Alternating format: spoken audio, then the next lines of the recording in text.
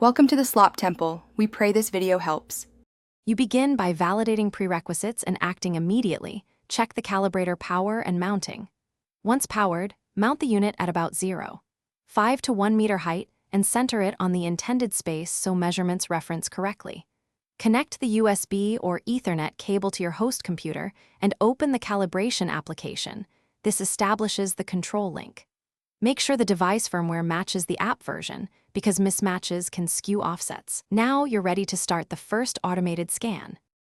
You run the initial scan immediately to map broad discrepancies, choose low resolution to save time, and locate large offsets.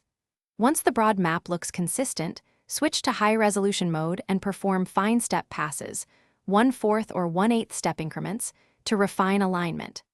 While scanning, adjust gain, exposure, and tilt compensation incrementally so readings stabilize. Make sure to monitor residual error values and reduce them below about 2%.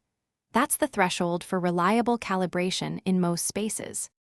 You finalize by saving the calibration profile and immediately applying it to the system. Label the file with date and firmware version so you can track changes. Then validate results using an independent test target or verification scan. You should see repeatable measurements within 0.5 units or your defined tolerance.